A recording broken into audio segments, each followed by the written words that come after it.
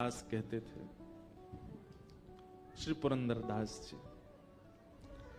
आप नित्य भगवान के सामने जाते और श्री पंडरीनाथ भगवान से जाके कहते मुझे दंड दीजिए। कोई भक्त ठाकुर जी से कह सकता है मुझे दंड दो, भैया ने ठीक करो इसको? कोई कह सकता है? कोई नहीं। हम लोग तो केवल ठाकुर जी से सुख की कामना करने वाले लोग हैं, कभी ठाकुर जी से कष्ट नहीं मांग सकते। रोज ठाकुर जी से जाके कहते कि नाथ मुझे कुछ पीड़ा दीजिए, मुझे कोई कष्ट दीजिए। एक दिन ठाकुर जी पुरंदर दास के स्वप्न में आए और स्वप्न में आकर के बोले, रोज मांगते हो कष्ट दो कष्ट दो, क्या कष्ट दें? बोले बस दे दीजिए जो उचित लगे, मुझे एक दंड भोगना है। मैंने आपको पीड़ा दी थी, आप मेरे द्वार पर आए और मैंने आपको पीड़ा दी, नाथ मुझे दंड दीजिए।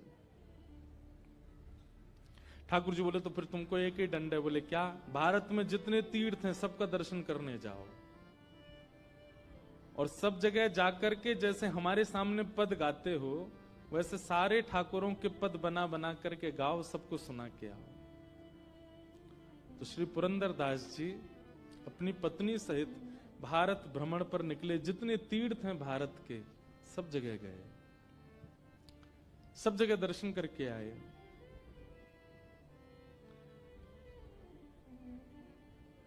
पास के कर्नाटक में एक विजयनगर नाम का एक स्थान है, वहां के राजा पुरंदर दास जी के परम भक्त हो गए। लेकिन वो राजा केवल श्री वेंकटेश तिरुपति बालाजी भगवान को ही भगवान मानते थे। वो कहते थे परमात्मा पृथ्वी पर केवल वेंकटेश भगवान है। तो पुरंदर दास जी को लेकर के वेंकटेश भगवान के दर्शन करने को गए। आपने वहां जाकर के भी ठाकुर जी का संकीर्तन गाया। और सबसे बड़ी बात थी श्री पुरंदर दास जी की जिस जिस प्रांत में गए वहां की भाषा में कीर्तन गाते थे। कर्नाटका में, मलयालम में, कन्नड़ में, तेलुगु में, मराठी में, बंगला में, उड़िया में, सारे भाषाओं में आपने मतलब कैसा दंड भोगा इन्होंने कि ऐसे नहीं ठाकुर जी ने कह दी तीर्थ चले जाओ तो सबरे तीर्थ घूम आए एक साथ ही। उस तीर्थ में जाते, वहां तीर्थ में जाके वहां की जो भाषा है उस भाषा को सीखते और फिर उस भाषा को सीख के वहां की भाषा में एक पद बनाते, पद ठाकुर जी को निवेदित करके तब अगले तीर्थ में जाते। ऐसे श्री पुरंदर दास जी ने